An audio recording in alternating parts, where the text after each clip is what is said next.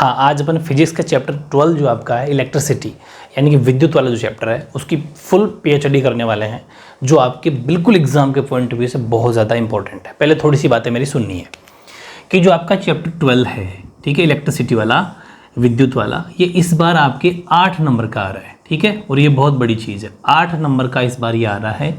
और इसमें क्या क्या आएंगे आपके, वो पूरी प्रोसेस सिखा दूंगा। आज इसके मैं बनाऊंगा आपके 2 पार्ट, पूरी बात को समझना। 2 पार्ट बनाएंगे अपन, पार्ट फर्स्ट और पार्ट सेकंड, 2 वीडियो बनेंगे छोटे छोटे, ताकि पूरी चीज़ें इस अच्छे से एक्सप्लेन हो सके। इस पार्ट फर्स्ट, आज वाले पार्ट में अपन करेंगे न्यूमेरिकल, ठीक है। न्यूमेरिकल का मतलब जो आंकिक प्रश्न होते हैं ना, वो न्यूमेरिकल करेंगे। न्यूमेरिकल जहाँ तक है 2 न्यूमेरिकल आने के चांस है। अगर 2 आ जाते हैं तो 6 नंबर के 3 नंबर के 2 न्यूमेरिकल हो सकते हैं, या फिर 3+2 के भी आ सकते हैं। वो कोई गारंटी नहीं होती, ब्लूप्रिंट भी कोई 100% श्योर नहीं होता, उसमें भी चेंजेस हो जाते हैं। तो न्यूमेरिकल भी इस चैप्टर से आने के बहुत ज़्यादा चांस है, ठीक है। 13 से न्यूमेरिकल नहीं आएगा, एक छोटा सा जो मैंने 2 बताए थे वही आएंगे, उन जैसा आएंगे। लेकिन चैप्टर 12 से न्यूमेरिकल आने के 100% चांस है, ज़्यादा आएंगे, ठीक है। तो न्यूमेरिकल का पोर्शन अपन को ज़्यादा मजबूत करना है, सॉलिड करना है, तो न्यूमेरिकल करने हो जाएगा इसमें। और सेकेंड पार्ट में अपन थ्योरी ले लेंगे, ठीक है। थ्योरी वाला पोर्शन, उसमें थ्योरी प्लस अगर कोई भी और भी चीज़ें होगी तो मैं बता दूंगा, छोटे बड़े क्वेश्चन इंपॉर्टेंट, ठीक है। इस तरीके से अपन ये 2 पोर्शन इसके बनाएंगे। ध्यान ये समझना है कि न्यूमेरिकल के साथ साथ में कुछ क्वेश्चन ऐसे वन लाइनर भी चैप्टर से बन सकते हैं, छोटी मोटी, जैसे एसआई यूनिट से रिलेटेड, यानी कि जो मात्रक होते हैं ना, उनसे रिलेटेड क्वेश्चन बहुत बार पूछे गए हैं। वन लाइनर छोटे छोटे जो बिल्कुल बेसिक होते हैं, लेकिन उस पर गलती हो जाने होने के पूरे चांस रहते हैं। इसलिए मैं पहले आपको थोड़े बिल्कुल बेसिक बताऊंगा। जितने भी फॉर्मूले इस चैप्टर में आपके लग सकते हैं वो करेंगे अभी अपन, पूरे लिख दूंगा फटाक फटाक से, आप एक बार समझ लेना, उतार लेना। वो बेसिक करने के बाद में अपन कुछ 8-10 या 5-7 न्यूमेरिकल करेंगे टॉप लेवल के, जिसमें सारा चैप्टर कवर हो जाए, ठीक है। उस न्यूमेरिकल को, उन न्यूमेरिकल्स को अगर आप पढ़ लोगे तो फिर आपके ये 8 नंबर कहीं नहीं जाने वाले हैं। फिजिक्स में जैसा मैं कह रहा हूँ वैसा आपको करना है, अगर आपको 100% मार्क्स चाहिए तो, ठीक है। हाँ, अब देखो लाइन वाइज एक एक। पहला, सबसे पहले ये बिल्कुल बेसिक नॉलेज होना चाहिए। इधर हिंदी लिख दिए मैंने, इधर इंग्लिश मीडियम वालों को, दोनों आराम से उतार सकते हो समझते हुए। विद्युत धारा यानी इलेक्ट्रिक करंट, उसको आई से डिनोट करते हैं, ये पता होना चाहिए। फिर विद्युत धारा का मात्रक यानी ऐसा यूनिट ऑफ इलेक्ट्रिक करंट, वो होता है एम्पियर। एम्पियर का मतलब है उसको कैपिटल ए से दिखाया जाता है, ठीक है। तो ध्यान रखना, आधे नंबर में आ सकता है विद्युत धारा का मात्रक, ऐसा यूनिट ऑफ इलेक्ट्रिक करंट, तो एम्पियर यानी कि कैपिटल ए। फिर आई का फॉर्मूला होता है Q/T। वो डिपेंड करता है, हालांकि फॉर्मूले तो बहुत सारे बन सकते हैं, अभी मैं आपको पूरा प्रोसेस सिखाऊंगा कि कैसे कैसे फॉर्मूले, एक आई के ही पता नहीं कितने 5-6 फॉर्मूले बन सकते हैं। डिपेंड करता है, क्वेश्चन के अंदर Q और T दे रखा है तो I बराबर Q/T फॉर्मूला होता है। Q का मतलब आवेश यानी कि चार्ज, और T का मतलब टाइम यानी कि समय, और I तो इलेक्ट्रिक करंट है ही, विद्युत धारा है ही। नंबर सेकंड है विभवांतर, ठीक है, पोटेंशियल डिफरेंस, उसको अपन V से दिखाते हैं। विभवांतर का मात्रक होता है वोल्ट, ठीक है, ऐसा unit of potential difference volt, volt को दिखाया जाता है V से। ये ध्यान रखना, विभवांतर को भी V से दिखाया जाता है, पोटेंशियल डिफरेंस को V से, और इसके ऐसा यूनिट को भी V से। V का फॉर्मूला W/Q, यहाँ पे W का मतलब वर्क है, कार्य, ठीक है, W का मतलब वर्क है। नंबर 3 प्रतिरोध, रेसिस्टेंस, ठीक है, रेसिस्टेंस, और एक होता है प्रतिरोधकता, रेसिस्टिविटी, ठीक है। तो रेसिस्टेंस और रेसिस्टिविटी दोनों अलग अलग हैं। प्रतिरोध रेसिस्टेंस को R से दिखाया जाता है, रेसिस्टिविटी प्रतिरोधकता को ρ से दिखाया जाता है। प्रतिरोध का मात्रक यानी कि R का मात्रक ओम होता है, ये ऐसा ओम बनाना है, ऐसा यूनिट ऑफ रेसिस्टेंस ओम होता है। और ऐसा यूनिट ऑफ रेसिस्टिविटी यानी कि प्रतिरोधकता का मात्रक होता है ओम मीटर। जैसे यहाँ इसमें ओम है, इसमें ओम के आगे मीटर लग जाएगा, ओम मीटर, ठीक है, यानी कि ऐसा unit of resistivity ohm metre. और एक formula very important, very famous, बहुत ज़्यादा न्यूमेरिकल इस फॉर्मूले से होते हैं। जब आपको इसमें क्या करेगा कि यहाँ पर ए का मतलब एरिया है, एल का मतलब लेंथ है, वो अकॉर्डिंग टू क्वेश्चन जब आएगा सब समझा दूंगा। तो R = ρL/A, या ऐसा मान लो कि ρ × L, ये दोनों मल्टीप्लाई में है, और नीचे A है, A का मतलब एरिया, ठीक है, मतलब क्षेत्रफल जिसे बोलते हैं हिंदी में, ठीक है। और फिर 5वां बेसिक की बात अपन अगर करें तो विद्युत शक्ति यानी कि इलेक्ट्रिक पावर, उसको अपन दिखाते हैं P से, ठीक है। और विद्युत शक्ति का मात्रक होता है वॉट, ये W वॉट, ठीक है, WATT वॉट, ठीक है, यानी कि ऐसा unit of electric power what होता है। और कुछ बातें फिर बता दूं जो बहुत बार पूछी गई है, ज़्यादा नहीं तो 2 बातें आपको ज़रूर याद रखनी है। एक 1 किलोवाट बराबर 1000 वाट होते हैं, बहुत ज़्यादा न्यूमेरिकल सोल्व करेंगे अपन इससे। और 1 हॉर्स पावर देखो HP का मतलब है हॉर्स पावर, HORS से हॉर्स मतलब घोड़ा, अश्व शक्ति बोलते हैं हिंदी में। तो 1 HP बराबर 746 वोट होते हैं, 746 वोट। ठीक है, तो 1 हॉर्स पावर बोल दो चाहे 1 अश्व शक्ति बोल दो, उसका मतलब होता है 746 वोट के बराबर होती है। ठीक है, और फिर कुछ फॉर्मूले हैं। P का फॉर्मूला W/T। अब ये ज़रूरी नहीं है P का फॉर्मूला W/T, P का फॉर्मूला VIT/T भी हो सकता है। ये चीज़ें सीखनी है, डिपेंड करता है न्यूमेरिकल में क्या क्या वैल्यू दे रखी है। जैसे आपको न्यूमेरिकल के अंदर दे दिया वर्क या टाइम दे दिया, या फिर सॉरी वर्क नहीं, वो वाट दे दिया कि 40 वोट का बल्ब है, इतने टाइम तक चलता है, बताओ कितनी इलेक्ट्रिक वो बिजली खर्च होगी, तो P बराबर W/T लग जाएगा। एक चीज़ और ध्यान रखना, W का फॉर्मूला होता है वोट का, एक ये भी फॉर्मूला होता है VIT। तो यहाँ पर इसी W की जगह अपन VIT रख सकते हैं, क्योंकि W बराबर VIT होता है। डिपेंड करेगा न्यूमेरिकल जब कराऊंगा तब, लेकिन आपको इस सारे फॉर्मूले याद करने हैं। P बराबर VI भी होता है। कैसे कि अगर अपन T को T से काट देंगे तो पीछे क्या बचा VI, तो P बराबर VI भी कह सकते हैं। और V का अपने आप में एक फॉर्मूला होता है IR। I का मतलब इलेक्ट्रिक करंट, R का मतलब रेसिस्टेंस यानी कि प्रतिरोधकता, विद्युत धारा प्रतिरोधक नहीं प्रतिरोध, तो V बराबर IR होता है।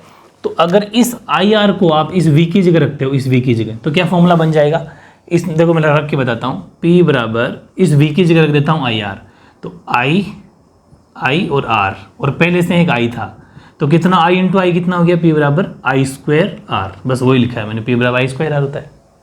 इस वजह से P बराबर जो VI था वो I²R भी हो गया। और फिर एक फॉर्मूला और एक्सटेंड हो गया I का फॉर्मूला। इस I को अगर सेपरेट करूँ इसी से तो V/R हो जाएगा भाई, R नीचे आ जाएगा ना। तो इसी फॉर्मूले को फिर एक्सटेंड किया जा सकता है। I अगर अपन को नहीं चाहिए न्यूमेरिकल में और V दे रखा है तो अपन I को गायब भी कर सकते हैं, क्योंकि I बराबर होता है V/R। तो जैसे ही I की जगह V/R रखा, ठीक है, इस फॉर्मूले में रखा, तो V/R रखते ही क्या हो जाएगा V²/R। ठीक है, मतलब यहाँ इसकी जगह, इस I की जगह अपने रख दिया V/R, उसके ऊपर V², इसके ऊपर V² लग गया, ऊपर R था, एक R से R कट गया तो V²/R बन गया। तो मतलब इस तरीके से फॉर्मूले आपस में बनते हैं। ठीक है, फिर छठा है कार्य। छोटा सा फिर एक बात बता दूं, वर्क। कार्य का मात्रक ऐसा यूनिट ऑफ वर्क जिसको W से दिखाया जाता है। ये वाट W अलग है वोट वाला, और ये वर्क W कार्य का अलग है। इसका ऐसा यूनिट होता है जूल। ठीक है, कैपिटल J जूल, ध्यान रखना, 1 मार्क्स में आ सकता है। और कार्य वर्क जिसको W से, उसका फॉर्मूला होता है V × Q। ठीक है, या फिर W बराबर VIT भी होता है। तो फिर इसको आगे से आगे एक्सटेंड जब करते गए तो क्या हुआ कि W बराबर VIT होता है, तो अब देखो W बराबर I²RT भी बन जाएगा। I²RT कैसे बना है, क्योंकि V बराबर IR होता है, V बराबर IR होता है। ये देखो अभी अपन ये I V बराबर IR, तो जैसे इसकी जगह I और R रखा तो I और I तो हो गया I² और RT, इसी जगह रख दो, इस V की जगह IR रख दो, वो तो जानते हैं उसकी वैल्यू पुट कराते कराते। तो W बराबर V²T/R भी होता है। कैसे, I की जगह VR रख दो। मतलब ऐसे फॉर्मूले पे फॉर्मूले बनाए जा सकते हैं। अब आप ये सोचेंगे कि ऐसे क्यों फॉर्मूले बना रहे हैं, क्योंकि न्यूमेरिकल में डिपेंड करेगा, जो आंकिक प्रश्न होते हैं ना उस पर डिपेंड करेगा उसमें कौन सी वैल्यू दे रखी है। जैसे कि ये भी लगा सकते हैं, अगर V और Q की वैल्यू दे रखी है तो सीधा फॉर्मूला ये लगा देंगे। लेकिन कभी कभी क्या होता है कि I और T दे देता है, V दे देता है, W पूछता है तो ये लगा देंगे, ये पूछ रहा है तो ये लगा देंगे। मतलब जिसमें अपने न्यूमेरिकल में जो वैल्यू दे रखी है उसका फॉर्मूला लगा देंगे। समझ गए? अभी जैसे सारे न्यूमेरिकल कराऊंगा तो सारे डाउट क्लियर हो जाएंगे। फिर ऐसे ही एक चीज़ और सिखा दूँ मैं आपको, H बराबर W। यहाँ H का मतलब ऐसे हीट, ऊष्मा। जब कोई चीज़ जैसे कि फैन है, फैन चलता है तो वो हीट देता है, मतलब वो वर्क कर रहा है। ठीक है, तो H बराबर W एक ही बात है। तो जो W के फॉर्मूले हैं वो H के भी होंगे। H बराबर VIT, तो H बराबर I²RT, क्योंकि V की जगह IR होता है, I²RT, तो H बराबर इस I की जगह हो जाएगा VR, तो V²T/R। तो ये ऐसे ही फॉर्मूले बनते चले जाते हैं। इन सब से न्यूमेरिकल जब करेंगे तो सारे डाउट और क्लियर हो जाएंगे। इन फॉर्मूलों को रटना नहीं है, समझना है। फॉर्मूला सिर्फ एक ही याद कर लो, भले V बराबर IR, छोटे मोटे, तो भी उससे एक से एक बना सकते हो। और फिर जब न्यूमेरिकल करेंगे तो सारे डाउट क्लियर हो जाएंगे। ध्यान से समझना, ठीक है।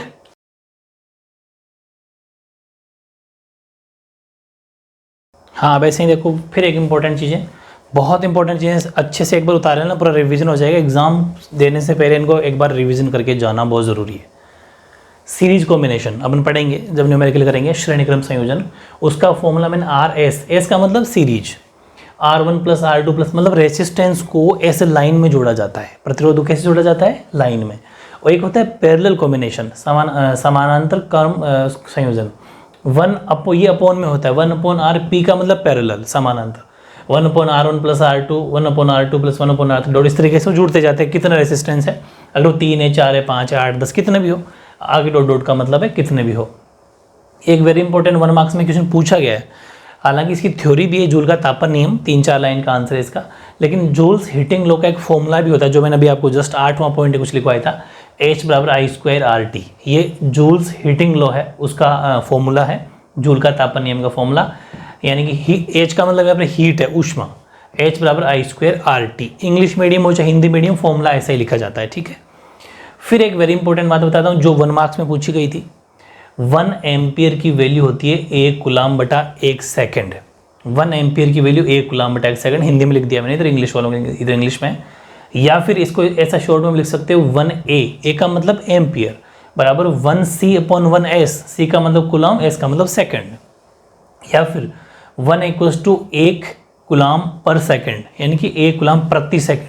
ये ओब्लिक जैसा जो साइन लगता है इसका मतलब बटे में लिखना ही होता है, अपॉन में लिखना ही होता है, ठीक है। मतलब ये एस ऊपर चला गया तो एक ही बात है, इसको ऐसा लिखने की बजाय ऐसा भी लिखा जा सकता है, 1 कूलाम पर सेकेंड, ठीक है। ये लिखने के तरीके जरूर ध्यान रखना, क्योंकि कोई कोई क्वेश्चन ऐसा होता है कि इनमें से कौन सा सही है और फिर ऑप्शन दे देता है, उसमें ये भी होता है, ये भी होता है, ये भी होता है, चौथा कुछ और होता है, तो या फिर कोई 2 दे देता है, तीसरा ऑप्शन होता है कि दोनों सही, ठीक है, दोनों गलत, ऐसा ऑप्शन होता है। तो कहीं आप ऐसा मत कर देना, आपको ये लिखना है कि दोनों ही सही है।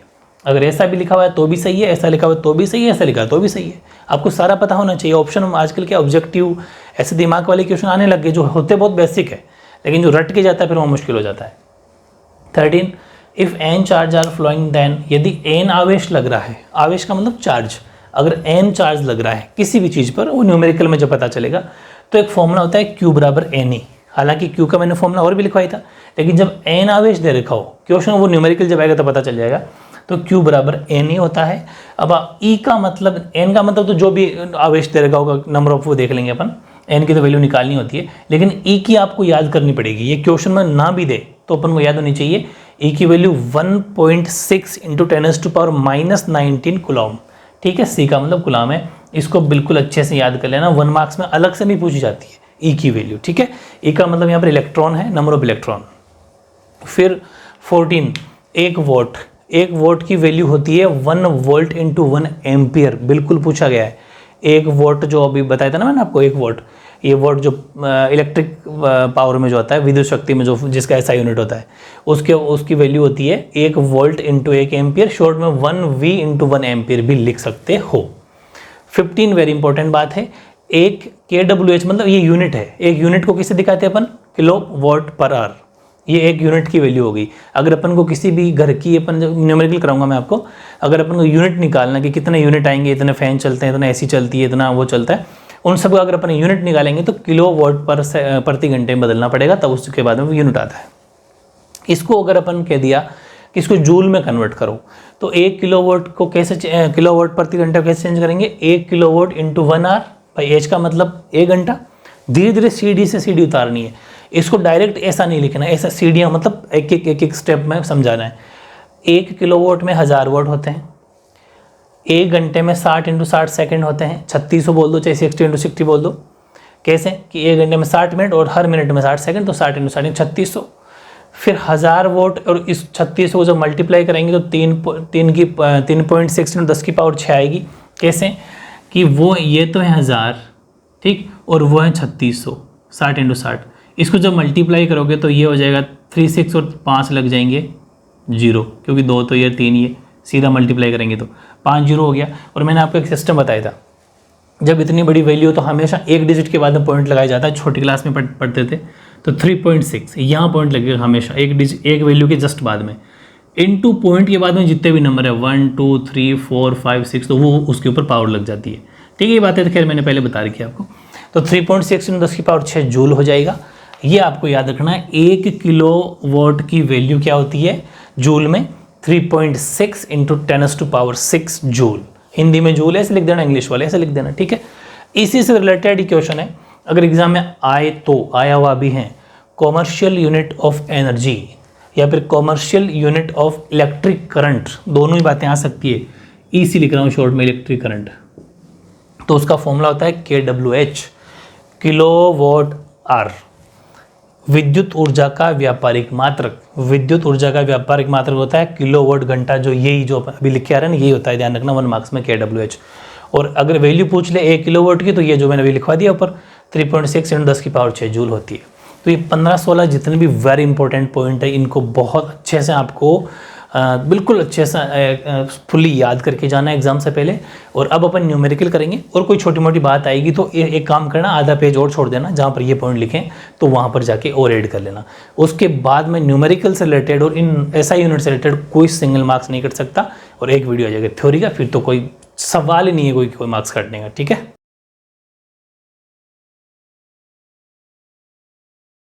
हाँ, अब देखो न्यूमेरिकल की शुरुआत करता हूँ, और न्यूमेरिकल की शुरुआत करें मेरे बिल्कुल बेसिक्स हैं, बिल्कुल बेसिक न्यूमेरिकल्स हैं, और इन 3 न्यूमेरिकल को आपने बिल्कुल बेसिक्स से अगर पढ़े तो फिर लेवल बढ़ा देंगे। और जितने भी मैं 8-10 न्यूमेरिकल करवा देता हूँ, इसके बाहर कुछ नहीं जाएगा, बस टाइप ये रहेंगे, वैल्यू चेंज हो सकती है, और ढंग से पढ़ लिया तो फिजिक्स में फुल मार्क्स। क्वेश्चन पहला देखो न्यूमेरिकल, कोई विद्युत बल्ब है, मतलब बल्ब होता है ना, इलेक्ट्रिक बल्ब है, उसके तंतु में से जो बीच में लगाते हैं उसमें 0.5 एम्पीयर विद्युत धारा 10 मिनट तक प्रवाहित होती है। A current of 0.5 ampere is drawn by a filament of an electric bulb for 10 minutes. विद्युत परिपथ से प्रवाहित विद्युत आवेश का परिमाण ज्ञात कीजिए। Find the amount of electric charge that flows through the circuit. पहली चीज ये अपन को निकालना क्या है, इसने पूछा विद्युत आवेश, इलेक्ट्रिक करंट, या सॉरी वो चार्ज पूछा, इलेक्ट्रिक चार्ज, जिसको अपन Q से डिनोट करते हैं। मैंने आपको स्टार्टिंग बता दिया था, क्योंकि ये चीज़ जब पता नहीं होगी ना अपन को कि इलेक्ट्रिक चार्ज को या विद्युत आवेश को Q से डिनोट करते हैं, तो फिर फॉर्मूला कैसे लगाएंगे, ठीक है। तो सबसे पहले अपन वो लिखना है हमेशा जो हमें गिवन है। सबसे पहले हमें गिवन है 0.5 एम्पियर। अब एम्पियर दिखते ही माइंड क्लिक कर गया कि ये क्या है, विद्युत धारा, बिल्कुल सही है, विद्युत धारा। विद्युत धारा का मतलब इलेक्ट्रिक करंट, जिसको अपन I से दिखाते हैं, दिखाते नहीं दिखाते, उसका फॉर्मूला हो जाएगा, सॉरी उसकी वैल्यू है 0.5 एम्पियर। ये चीज़ गिवन, हालांकि एग्जाम आपको पूरा लिख के आना है, विद्युत धारा ऐसा ना, इलेक्ट्रिक करंट। और फिर हमें दे रखा है टाइम, ठीक है, टाइम का मतलब समय, जिसको अपन T से दिखाते हैं, वो है 10 मिनट। लेकिन एक बात समझना, हमेशा जब भी आपको विद्युत आवेश निकालना हो, मतलब चार्ज निकालना हो, तो टाइम को हमेशा सेकंड में चेंज करना है, क्योंकि कुलाम में आएगी वैल्यू, और कुलाम सेकंड, टाइम को सेकंड में समझता है। तो इसी को अपन कन्वर्ट कर देंगे। हम जानते हैं कि 1 मिनट में 60 सेकंड होते हैं, ये लो, तो T कितना हो जाएगा, 600 सेकंड, ठीक है। चलो टाइम 600 सेकंड हो गया, और I हो गया 0.5 एम्पियर। पूछा क्या, Q का फॉर्मूला, मतलब पूछा क्या, चार्ज पूछा ना, विद्युत आवेश, विद्युत आवेश, ठीक है, यानी कि इलेक्ट्रिक चार्ज।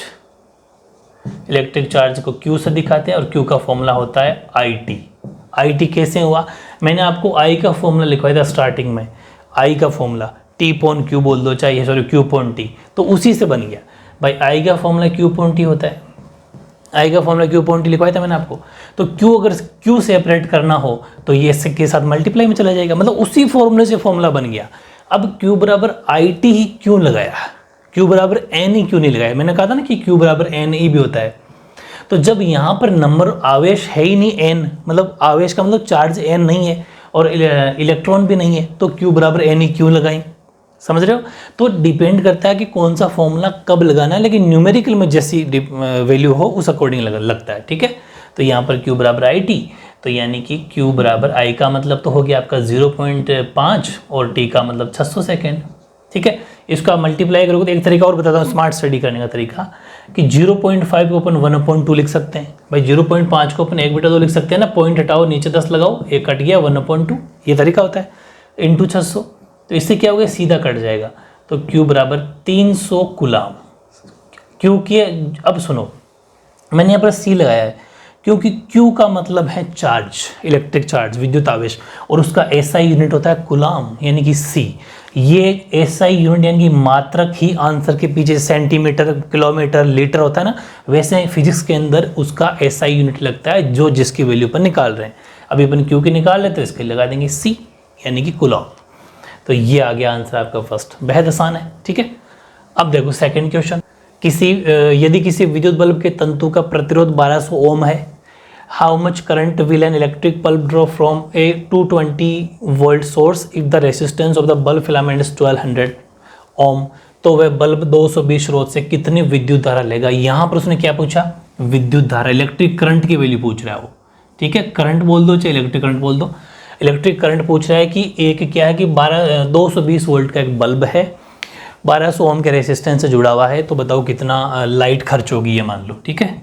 देखते हैं, पहली बात क्या गिवन है, रेसिस्टेंस, ठीक है। रेसिस्टेंस का मतलब होता है प्रतिरोध, प्रतिरोध जिसको अपन R से दिखाते हैं, वो दे रखा है 1200 ओम। अब बताओ कि जैसे ही 1200 आगे अपने ओम देखा, अरे ये तो रेसिस्टेंस है, समझ में आ गई। तो जब वो मैं स्टार्टिंग की बातें नहीं लिखवाता तो फिर ये कहाँ से लिखते आप, ठीक है। तो किसी के एसआई यूनिट से उसकी पहचान हो जाती है कि वो है क्या। ओम का मतलब रेसिस्टेंस है क्योंकि उसके पीछे मात्रक लगा हुआ है ओम, तो आर हो गया 1200 ओम। यहाँ पर वोल्टेज का मतलब ये पोटेंशियल डिफरेंस है, ठीक है। पोटेंशियल डिफरेंस यानी कि विभवांतर बोलते हैं इसको, विभवांतर, ठीक है। विभवांतर कितना है, जिसको अपन वी से दिखाते हैं, वो है 220 वोल्ट। यहाँ वी का मतलब वोल्ट है, ठीक है। हिंदी में वोल्ट लिख देना एक ही बात है। पूछा क्या, विद्युत धारा यानी कि इलेक्ट्रिक करंट, जिसको अपन आई से दिखाते हैं, वो अपन से पूछा है। अब बताओ आई का फॉर्मूला क्या होता है, V upon R, V upon R. तो आई की वैल्यू हो जाएगी 220 अपॉन 1200, ठीक, 0 से 0 कट गया, 2 की टेबल से 60 बार, 2 की टेबल से 11, यहाँ करके बता देता हूँ आपको, ये 11 है और ये 60 है, ठीक है। यहाँ करके बता देता हूँ, 60 का 11 में जाता नहीं है तो 0 पॉइंट लगते ही यहाँ 0 आ जाता है। अब गया एक बार, ठीक है, पीछे बच गया 50, करके जानबूझ के बता रहा हूँ ताकि सीख जाओ, फिर ऑटोमेटिक 0 आ जाता है। फिर लगभग 6 का जाएगा, लगभग 6 8 ज़ा 48 यानी 8 बार, ठीक है, 480। बहुत इतना वैसे करते जाओ, एंड तो है नहीं, तो पॉइंट के बाद में 2 डिजिट निकाल दो, एम्पियर लगा देना, ठीक है। तो आई की वैल्यू 0.18 एम्पियर। ये तो रफ है लेकिन मैं जानबूझ करके बता रहा हूँ ताकि आपको पता चला डिवाइड कैसे करते हैं। ये आपका इसका आंसर हो गया। इसमें विद्युत धारा पूछी थी, आई पूछी थी 0.18 एम्पियर। एम्पियर लगाना मतलब बोलना ये आंसर नहीं है, ये एम्पियर है। ये इलेक्ट्रिक करंट का एसआई यूनिट है, जो उसका मात्रक होता है उसका आगे लगाया जाता है, ठीक है। अब ऐसे ही तीसरा है कि यदि कोई बल्ब 220 वोल्ट के जनित्र से संयोजित है, यदि बल्ब से 0.50 एम्पियर विद्युत धारा प्रवाहित होती है तो बल्ब की शक्ति क्या है। ये मतलब तीनों डिफरेंट क्वेश्चन, हर क्वेश्चन में डिफरेंट लूंगा ताकि सारी बातें सीख जाओ। An electric bulb is connected to 220 volt generator. The current of 0.50 ampere. तो what is the power of the bulb. तो सोल्यूशन देखो, सबसे पहले गिवन क्या है, सबसे पहले हमें गिवन है 220 वोल्ट, ठीक है। यानी कि अपन इसको पोटेंशियल डिफरेंस कह सकते हैं, विभवांतर कह सकते हैं, विभवांतर वो दे रखा है हमें, जिसको वी से दिखाते हैं, वो 220 वोल्ट, ठीक है। और इलेक्ट्रिक करंट, इलेक्ट्रिक करंट का मतलब विद्युत धारा, जिसको अपन आई से दिखाते हैं, वो है 0.50 एम्पियर। कैसे पहचाना, क्योंकि लास्ट में एम्पियर लगा था तो हम तुरंत माइंड क्लिक कर गया, तो विद्युत धारा है क्योंकि ये इसका ऐसा यूनिट से पहचान हो रही है, मात्रक से पहचान हो रही है। फिर पूछा बल्ब की शक्ति, बल्ब की शक्ति, बल्ब की शक्ति यानी कि पावर ऑफ बल्ब। तो पावर ऑफ बल्ब उसने अगर पूछी है वो होता है पी, तो पी हमें पता है, पी पूछना, पी बताना, तो पी का फॉर्मूला होता है वी आई, ठीक है, मैंने आपको लिखवा दिया था।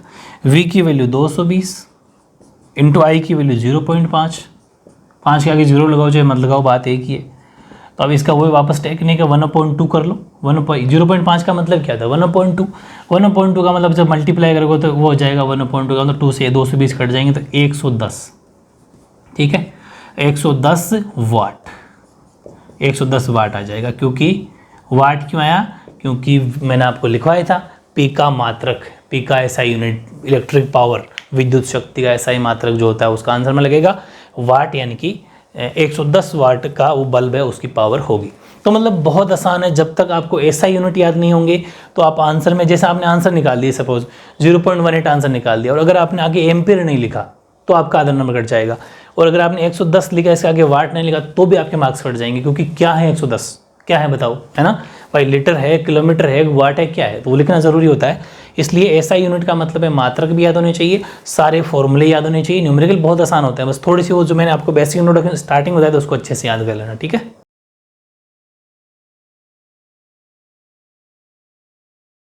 फिर मैंने 2 डिफरेंट न्यूमेरिकल लिए, और अगर इन न्यूमेरिकल को जितने भी मैं करवा रहा हूँ सब अलग अलग टाइप के हैं, इससे ज़्यादा टाइप बन ही नहीं सकती, बस इनको अच्छे से पढ़ लेना, बस बार बार कह रहा हूँ, बस वैल्यू चेंज हो सकती है, ठीक है।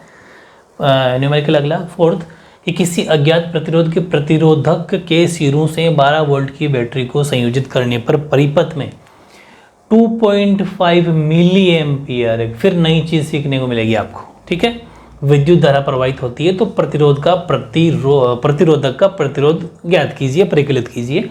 When a 12 volt battery is connected across an unknown resistor, there is a current of 2.5 milliampere in the circuit. तो find the value of resistor। सबसे पहले मेरी बात समझो, इस बार ये डिफरेंट क्यों है, इसने पूछा है प्रतिरोध। प्रतिरोध का मतलब रेसिस्टेंस, रेसिस्टर बोल दो चाहे रेसिस्टेंस बोल दो, मतलब आर पूछा है उसने। सबसे पहले अपन को ये लिखना है कि दिया हुआ क्या है। एक तो पोटेंशियल डिफरेंस जिसको अपन वी से दिखाते हैं, विभवांतर, वी दे रखा है 12 वोल्ट। बात मानते हो, 12 वोल्ट की बैटरी है, ठीक है। फिर अपन को एम्पियर का मतलब क्या होता है, चाहे एम्पियर हो चाहे मिली एम्पियर हो, है तो इलेक्ट्रिक करंट ना। इलेक्ट्रिक करंट का मतलब है आई, वो दे रखा है हमें 2.5 मिली एम्पियर। एम छोटा ए बड़ा, लेकिन ध्यान ही रखना मिली एम्पियर से वैल्यू सोल्व नहीं होगी, उसको कन्वर्ट तो एम्पियर में ही करना पड़ेगा। तो इसको कैसे कन्वर्ट करना है, मेरी बात को समझना कि जब भी मिली एम्पियर आ जाए बटे 1000 कर दो, एम्पियर हो जाएगा। 1000 से डिवाइड करना है, ठीक है, क्योंकि एक एम्पियर 1/1000 मिली एम्पियर, वो वाली चीज़ है। सॉरी 1/1000, हाँ कन्वर्ट कर देंगे, 1000 का भाग दे देंगे। तो अब मेरी बात सुनना, 2.5 बटे 1000 एम्पियर कन्वर्ट हो गया। तो या फिर मैं इसको ऐसा भी लिख सकता हूँ, 2.5 1000 का मतलब 10 की पावर 3। ये थोड़ा तरीका सीख लो फिजिक्स का। जैसे अगर यहाँ पर 10,000 होते तो आप क्या लिखते, 10 की पावर 4, मतलब 10 की पावर नीचे बेस में, आधार में 10 रखना है बेस में, और ऊपर पावर उतनी लगानी है जितने जीरो होते हैं। ऐसा नहीं कि यहाँ 10 लिख दिया तो एक पावर कम कर देनी, कम नहीं करना। 10 की पावर 4 जितने जीरो, जैसे 10 की पावर 3, 1000 में 10 की पावर 3 का मतलब है 3 जीरो, ठीक है। इसको ऐसा भी लिख सकते हैं। ऐसा लिखने का मतलब है इसको अपन ऐसा भी लिख सकते हैं कि 10 की पावर 3 को जब ऊपर भेजेंगे तो पावर माइनस में हो जाती है। ये चीज़ आपको आ जानी चाहिए। छोटी क्लास में भी सीखा होगा, पावर एंड एक्सपोनेंट वाली जो घातांक वाली जो चैप्टर होता था, कि 10 की पावर 3 को जब ऊपर भेजते हैं तो पावर माइनस में हो जाती है, और ऊपर से नीचे भेजते हैं तो मतलब साइन चेंज हो जाते हैं। अगर इसको ऊपर भेजा तो माइनस में होगी, नीचे आएगा तो वापस प्लस में हो जाएगी। या फिर ऐसा मान लो कि अगर ये माइनस की होती ऊपर जाके प्लस की हो जाती। तो ये सिस्टम इस तरीके से वो चलते रहते हैं। तो 10 की पावर -3 यानी कि आई की वैल्यू 2.5 × 10⁻³ एम्पियर। अब अपन रख देंगे फॉर्मूले में। उसने क्या पूछा, प्रतिरोध। आर का फॉर्मूला V/I जानते हो ना, क्योंकि रेसिस्टेंस से तो पूछा, लिख देते हैं रेसिस्टर यानी कि प्रतिरोध, जिसको अपन आर से दिखाते हैं क्वेश्चन मार्क। आर का फॉर्मूला V/I, आर बराबर V कितना 12 वोल्ट, ये रहा, ठीक है 12।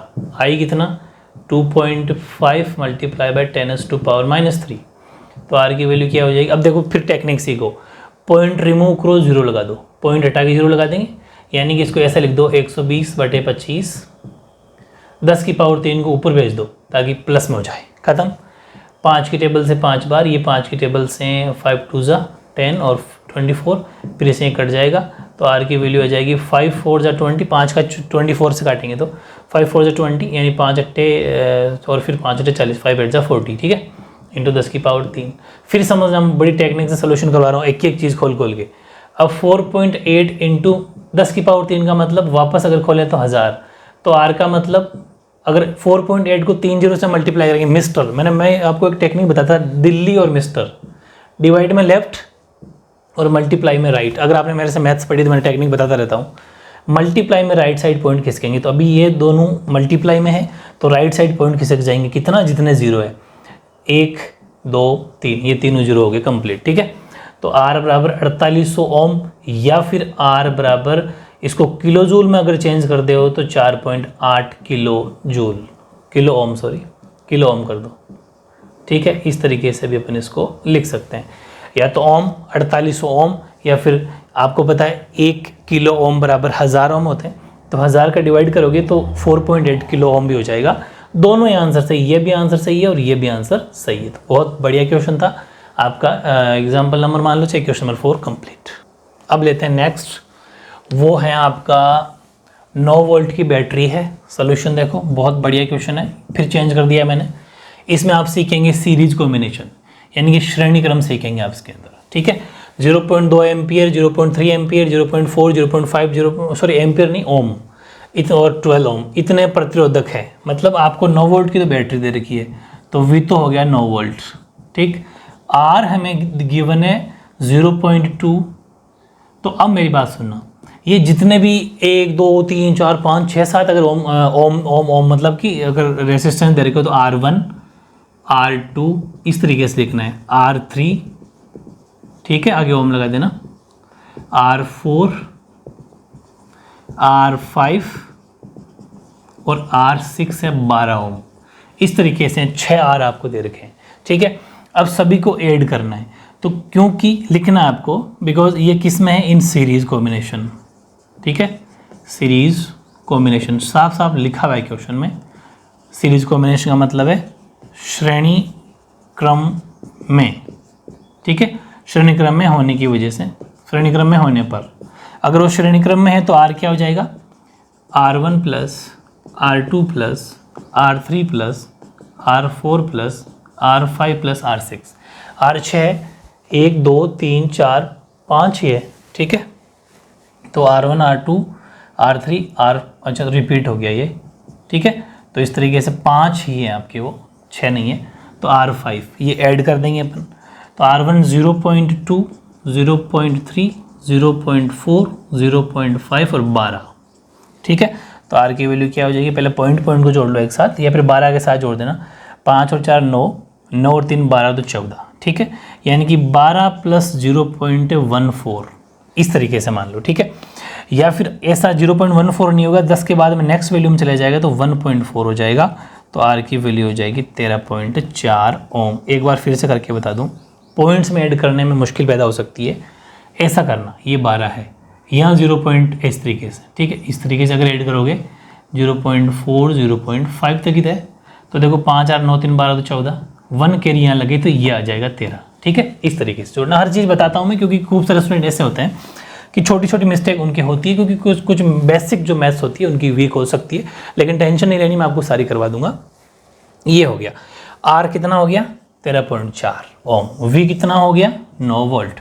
पूछा क्या उसने, विद्युत धारा, इलेक्ट्रिक करंट पूछा, तो विद्युत धारा यानी कि इलेक्ट्रिक करंट जिसको अपन I से दिखाते हैं वो अपन ले लेंगे। I का formula V upon R, V upon R, तो I बराबर V कितना 9, R कितना 13.4, ठीक है। तो I बराबर पॉइंट हटा के पॉइंट रिमूव करके ऊपर 0 लगा सकते हो, मतलब 90/134 कर सकते हो। काट लो, 2 की टेबल से 45, ये 2 की टेबल से 6 और ये हो जाएगा 7। तो इसको जब आप सॉल्व करोगे तो 0.67 एम्पियर आपका आंसर आ जाएगा। वो डिवाइड करके देख लेना, इजी है। ऐसे 67 का जब 45 में करोगे, ठीक है, तो पहली बार जाएगा नहीं, 0 पॉइंट लग जाएगा इस तरीके से, ठीक है। फिर जाएगा 6 बार, तो 6 7 42, ठीक है, 4 36 और 4 40, इस तरीके से कर लेना, तो बहुत मुश्किल नहीं, ईजी है। तो आई की वैल्यू हो जाएगी 0.67 एम्पियर। एग्जाम के अंदर हालांकि इतनी मुश्किल वैल्यू आती भी नहीं है, ईजी वैल्यू आती है, बस करने का तरीका आना चाहिए। ये भी दोनों वेरी इंपॉर्टेंट न्यूमेरिकल है।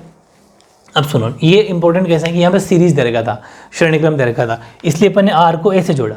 अब ये अगर पैरेलल होता, मतलब कि अगर समानांतर होता, तो अपन 1/r करते, वो भी एक न्यूमेरिकल ले लूंगा, तो वो भी डाउट आपका क्लियर हो जाएगा।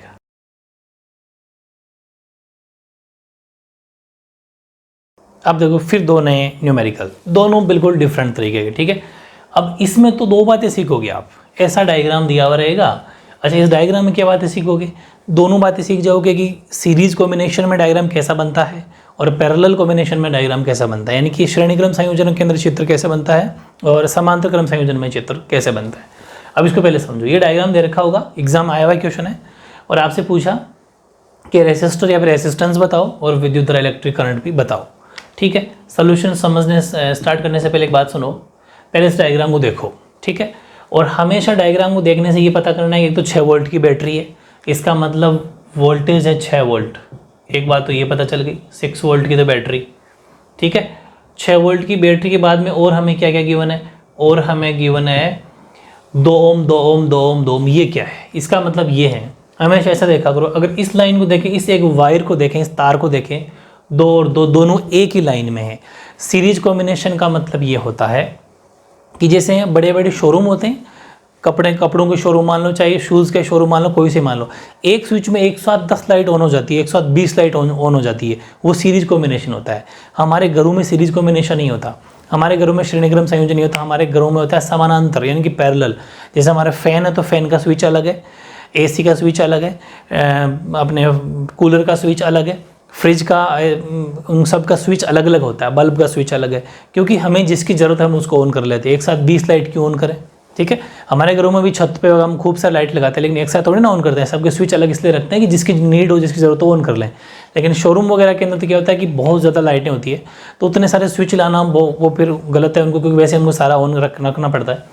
वही वाली चीज़ है, ये दोनों बल्ब एक साथ लगे हुए हैं, फिर नीचे दोनों बल्ब एक साथ लगे हुए हैं, दोनों सीरीज कॉम्बिनेशन है लेकिन अलग अलग है।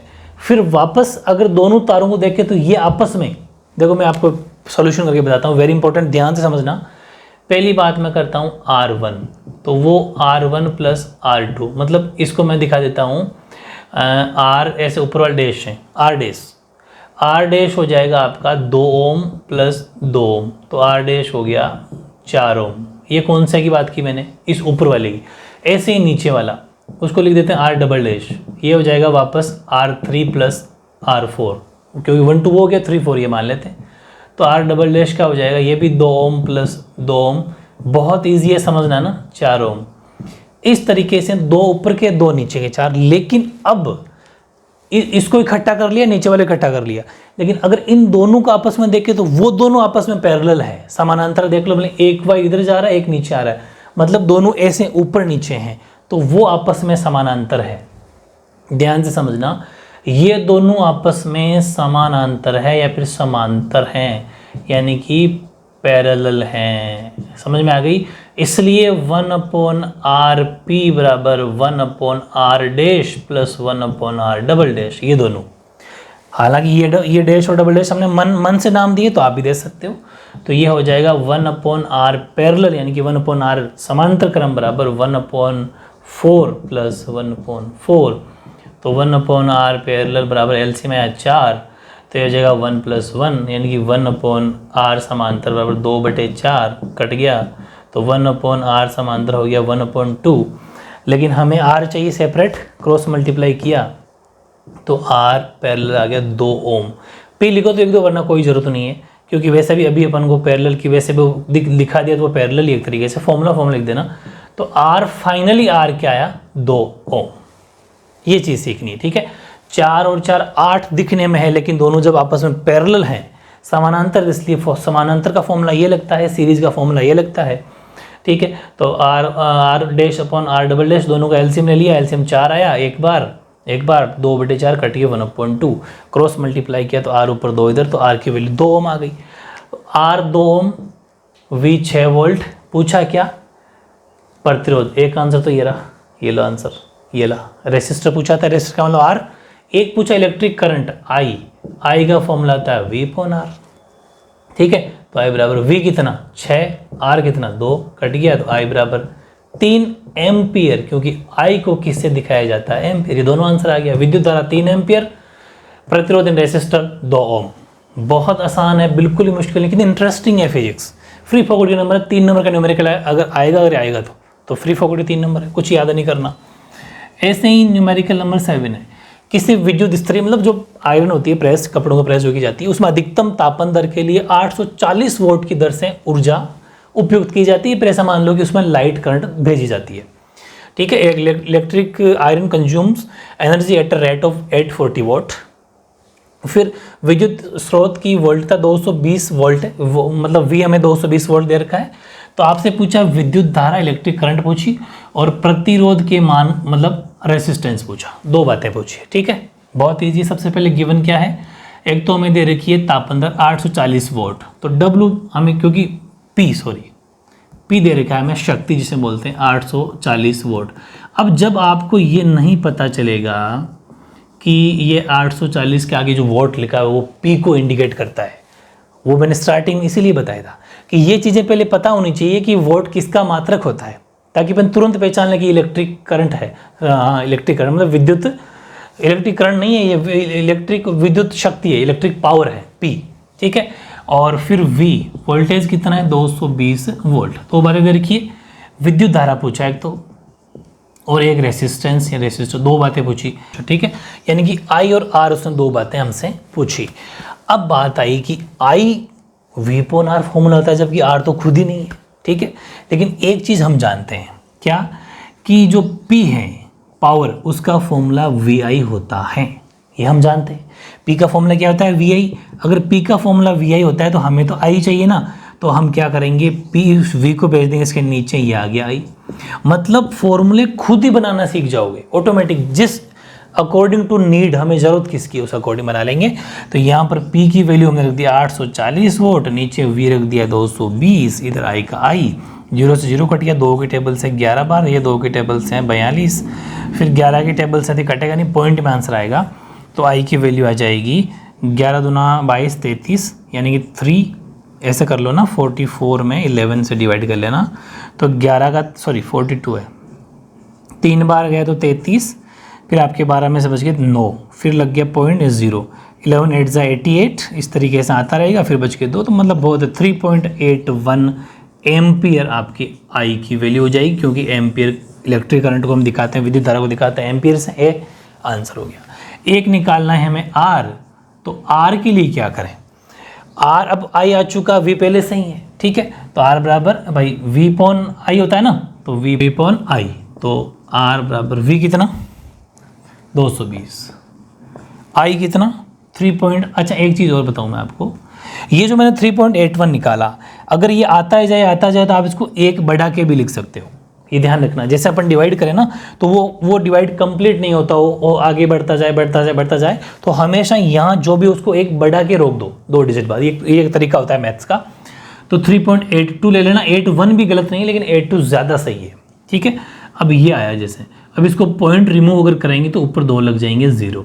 अब इसको आप 2 की टेबल, हालांकि इतनी मुश्किल वैल्यू एग्जाम में कम आती है, छोटी वैल्यू आती है, लेकिन अभी अपन कर लेते हैं। 2 की टेबल से ये हो गया 11,000, ये 2 की टेबल से 1 बार 9 बार 1 बार, फिर इसको आप जब करने जाओगे डिवाइड तो करोगे तो 57.59 ओम आपके आंसर आ जाएगा। थोड़ी सी मुश्किल जरूर है, जैसे आप 11,000 का ऐसे करने जाओगे ना इसमें 191 का, ठीक है, तो 1100 में जाएगा 5 बार सपोज, ठीक है। तो ये हो जाएगा 5 45 4 5 और 45 4 हो गया, और फिर 955 आ गया, ठीक है। ये बच गया 5, फिर यहाँ 9 में से 4 बच गया, 10 में से 9 गया तो 1, फिर नेक्स्ट 0 लग जाएगा, फिर आपका फिर लगभग 1400 है तो 5 6 7 बार चल जाएगा लगभग। तो 7 से करोगे तो 7 9 से 63, यानी 63 6 और 7 और 6 13, मतलब इस तरीके से वो कर लो कि टाइम वेस्ट हो रहा है इसलिए मैंने नहीं किया, वैसे तो कर सकते हो। और ये बच गया 1 और ये बच गया 1, अब यहाँ लग गया पॉइंट, ये 0, ठीक है। तो फिर 5 बार, वही 5 बार आपके 955। तो इस तरीके से हो जाएगा, बड़ी बात नहीं है, लेकिन एग्ज़ाम इतनी मुश्किल वैल्यू नहीं आती। अभी तो मैंने जानबूझ के थोड़ी सी बड़ी मुश्किल वैल्यू ले ली, लेकिन आना चाहिए टेक्निक, ठीक है। तो बहुत टॉप लेवल के 7 न्यूमेरिकल अपने कंप्लीट हो गए।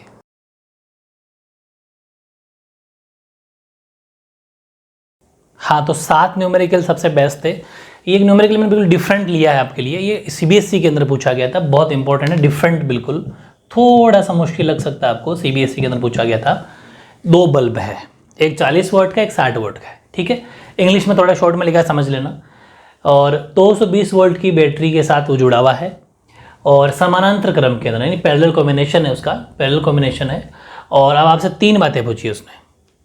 एक तो डायग्राम बनाओ, इसका कैसा बनेगा, विद्युत परिपथ का diagram of electric circuit. Second पूछा विद्युत परिपथ में प्रवाहित विद्युत धारा, मतलब इलेक्ट्रिक करंट कितना होगा, सेकंड बात वो पूछी। और तीसरा पूछा जब दोनों बल्ब को एक साथ 1 घंटे तक एक साथ जला दिया जाए तो कितनी एनर्जी निकलेगी। 3 बातें उसने पूछी। आओ इधर, सबसे पहले डायग्राम तो सिंपल है, इस तरीके से आपको 220 वोल्ट की बैटरी जोड़नी है। स्विच होता है, की कुंजी, प्लग जिसे बोलते हैं, वो जोड़ देना। सबसे पहले ये बल्ब का साइन आपको पता होना चाहिए, ठीक है। ये बल्ब का साइन है, 40 वोल्ट का बल्ब है, 100 वाट का बल्ब है, ऐसा एम की तरह कॉम्बिनेशन, एम की तरह साइन बना देना। इस तरीके से प्लस माइनस की वोल्ट की बैटरी जोड़ दी, ये प्लग लगा दिया, 220 की वोल्ट का इसमें बैटरी है, ठीक है। इस तरीके से फर्स्ट पार्ट हो गया कंप्लीट, क्योंकि फर्स्ट पार्ट में सिर्फ डायग्राम बनाना था। सेकंड पार्ट समझो, सेकंड पार्ट वेरी इंपॉर्टेंट है। इसमें देखो ये जो V है ना, V1, ये काम आएगा बिल्कुल कॉमन, क्योंकि दोनों बल्ब में ही 220 वोल्ट की बैटरी है, वो तो कॉमन सेंस है। पहले बल्ब के लिए भी इतनी इसको पावर मिल रही है, वोल्टेज मिल रहे हैं, इसको भी सेकंड वाले को भी इतने वोल्ट मिल रहे हैं। अब सुनो, P1 का मतलब है पहले बल्ब की शक्ति 40 वोल्ट, पावर और दूसरे बल्ब की शक्ति है पावर 100 वाट। ठीक है, दोनों को अलग अलग सोल्व किया अपने। सब पहले इसमें इलेक्ट्रिक करंट निकालेंगे आई। अब इसको मैंने I1 क्यों कहा, क्योंकि दोनों बल्ब की अलग अलग निकलेगी, इसलिए अपन I1 और I2 कह देंगे। आई का फॉर्मूला P/V होता है, तो I1 तो इधर भी P1 और V1। P1 का मतलब 40 बटा V1 तो दोनों में कॉमन है, इसको अपन तो सिर्फ V भी लिख सकते हैं, कोई जरूरी नहीं है V1 लिखें, इसको तो V लिख दो भले, क्योंकि V तो कॉमन ही है दोनों में, तो V1 V2 लिखने की जरूरत नहीं। अगर 2 V होते तो V1 V2 कर लेते। P/V होता है, लेकिन P1 और P2 लिखना जरूरी है क्योंकि दोनों पावर अलग अलग है। 40 बटा 220, 0 0 काटा, 2 की टेबल से 2/11, ये पहले बल्ब का इलेक्ट्रिक करंट आ गया, विद्युत धारा आ गई। दूसरे के अंदर I2, दूसरे के लिए P2/V। P2 100 वाट का बल्ब है, 220 0 0 कट के 2 की टेबल से 5 बार और 11 बार 5/11 एम्पियर आ गया। पॉइंट में नहीं निकाला क्योंकि फाइनली नीचे जाके जोड़ेंगे तब जाके कंप्लीट दोनों की आएगी। तो इलेक्ट्रिक करंट दोनों का जोड़ने पर, तो आई इलेक्ट्रिक करंट विद्युत धारा को अपन आई से दिखाएंगे, दोनों को जोड़ देंगे। इसकी बल्ब की इलेक्ट्रिक करंट विद्युत धारा और इसके बल्ब की इलेक्ट्रिक करंट विद्युत धारा, दोनों को I1 प्लस I2 जोड़ दिया, 2/11 प्लस 5/11। ठीक है, दोनों का एलसीएम 11 आया, एलसीएम सोल्व कर लिया तो 7/11। पॉइंट पे भी निकालना चाहते तो निकल जाता, I बराबर 11 का इसमें कर दोगे तो 0.70 बन जाएगा, 11 से 66 बच गया 4, फिर जो 1130 तो मतलब एक बढ़ा के लिख दो तो 0.64 एम्पियर, या फिर I बराबर 7/11 एम्पियर भी सही है। ये सेकंड पोर्शन हो गया। तीसरा पूछा दोनों बल्ब को एक साथ, ये पहला बल्ब है और ये दूसरा बल्ब है, ये इधर पहला और दूसरा, दोनों बल्ब को एक साथ जला दें 1 घंटे के लिए, ऑन कर दें, तो बताओ कितनी एनर्जी खर्च होगी, कितनी, ऐसा मान लो लाइट खर्च होगी, कुछ भी कह सकते हैं। एनर्जी को, ऊर्जा को अपन ने E1 और E2 से दिखाया ताकि दोनों की पहचान हो जाए। P1 × T, P2 × T। तो T1 T2 क्यों नहीं लिखा, क्योंकि दोनों में 1 घंटा कॉमन है, जैसे यहाँ पर V कॉमन था वहीं T कॉमन है, समय कॉमन, दोनों में 1 घंटा। पहले के लिए 40 वाट का बल्ब 1 घंटे के लिए, 100 वाट का बल्ब 1 घंटे के लिए, दोनों को मल्टीप्लाई किया तो घंटा इंटू वाट, तो 40 वाट घंटा WH। इसके लिए भी 100 × 1 यानी कि 100 वाट घंटा WH। कोई बड़ी चीज़ नहीं, बहुत ईजी है। टोटल एनर्जी कितनी हो गई, दोनों को जोड़ दिया 140 WH यानी कि वाट घंटा, या फिर आप इसको किलोवाट प्रति घंटा बदलना चाहते हो। क्यों किलोवाट प्रति घंटा क्यों बदला, देखो 140 वाट प्रति घंटा है, किलोवाट प्रति घंटा का मतलब होता है यूनिट निकालना, तो 0.14 यूनिट एग्जाम के अंदर पूछा जा सकता है कि बताओ कितना यूनिट बिजली खर्च हुई, इसलिए यूनिट में चेंज किया। यूनिट में चेंज करने के लिए किसी भी वैल्यू को किलोवाट वाट प्रति घंटे से काम नहीं चलेगा, किलोवाट प्रति घंटे बदलना पड़ेगा, किलोवाट पर आवर। इसलिए क्या करना पड़ा, 1000 का भाग दिया। तो जब 140 में 1000 का डिवाइड किया ना, तो हमेशा 1 2 3, ठीक है 1 2 3 यानी कि यहाँ पॉइंट आ गया, तो इसको हम लिख सकते हैं 0.14। समझ में आ गया, क्योंकि डिवाइड में लेफ्ट साइड में पॉइंट चलता है, खिसकता है। ठीक है, तो 0.14 किलोवाट प्रति घंटा हो गया। इसी को कन्वर्ट किया, कुछ नहीं किया, 1000 का भाग दिया है, और इसी का दूसरा नाम है 0.14 यूनिट। अब एग्जाम में इसी क्वेश्चन को थोड़ा एक्सटेंड करके पूछ सकता है कि अगर 1 यूनिट बराबर 5 रुपये हैं तो बताओ कितना खर्चा हुआ होगा इन दोनों बल्ब को 1 घंटा चलाने में। तो फिर अपन क्या कर लेंगे, 1 यूनिट का 5 रुपये, तो 0.14 को 5 रुपीज़ से मल्टीप्लाई कर देंगे, तो ये 5 चौक 20 यानी कि 5 4 22 कैरी, ये हो गया 7 और 0.70 यानी कि 0.70, सॉरी 70 नहीं बोलते, 70 बोलते हैं। मतलब 1 घंटा अगर दोनों बल्ब को चलाएंगे, एक 40 वाट का एक 100 वाट का, तो 0.70 रुपीज़ खर्चा आएगा। हो सकता है वो 9 रुपये ले ले अपन से, अगर वो 9 रुपीज़ ले रहा है तो 9 4 जा 36, 3 कैरी, 9 और 3 कितना हो जाएगा, 9 और 3 सॉरी 9 4 33 कैरी 12, तो 1.26 मतलब 1 रुपया और 26 पैसा। तो इस तरीके से खर्चा भी पूछना अच्छा है, हालांकि पूछा नहीं है, लेकिन मैं एक कदम आपको आगे बता दिया, संभावना हो सकती है तो अपन कर लेंगे। तो यहाँ पर आप 2 बात सीख गए कि किसी भी चीज़ को अगर यूनिट में कन्वर्ट करना है, उसको किलोवाट प्रति घंटा में बदलना पड़ेगा, वाट प्रति घंटे को, वाट पर आवर को किलोवाट पर आवर बदलना पड़ेगा, और किलोवाट पर आवर में बदलने के लिए हमेशा 1000 से डिवाइड करना है। 1000 से डिवाइड कर दिया, ये आ गया। अब चाहे उसको 0.14 किलोवाट पर आवर बोलो, चाहे 0.14 यूनिट बोलो, बात एक ही है। ठीक है, फिर उसको जितना रुपीज़ है उससे मल्टीप्लाई कर देंगे तो अपना आंसर आ जाएगा। बहुत ही शानदार वीडियो है, ऐसी मेहनत वाला वीडियो कहीं नहीं मिलेगा आपको। 8 क्वेश्चन नहीं है, 8 टाइप हैं। फिजिक्स की बिल्कुल जड़ खोद दी है मैंने आपके लिए। इन 8 टाइप को पढ़ के चलेगी तो 6 नंबर न्यूमेरिकल के जहाँ तक संभावना है, 8 नंबर का चैप्टर, 5 से 6 नंबर आज तैयार हो गए, 2-3 नंबर और थ्योरी वगैरह अपन ले लेते हैं, और कौन सा क्यों कौन सी संभावना जितनी पॉसिबिलिटी है वो अपन नेक्स्ट वीडियो में कर देंगे। 2 पार्ट के अंदर ये शानदार तरीके से चैप्टर कंप्लीट हो जाएगा। और जिसने ये कैप्सूल भी ले ली है, पूरी बुक का रिवीजन है, पूरी बुक पढ़ने की जरूरत नहीं है अभी, इन दिनों पढ़ी भी नहीं जाएगी और पढ़ना भी नहीं है, फिर भी आप पूरी बुक पढ़ने वाले बच्चों के बराबर रहोगे हमेशा, अगर मेरी बात मान गए तो। ठीक है, तो टेंशन बिल्कुल लेने की ज़रूरत नहीं है, एग्ज़ाम बहुत अच्छे होने वाले हैं आपके। आपको आपके एग्ज़ाम के लिए ऑल द बेस्ट। ओके।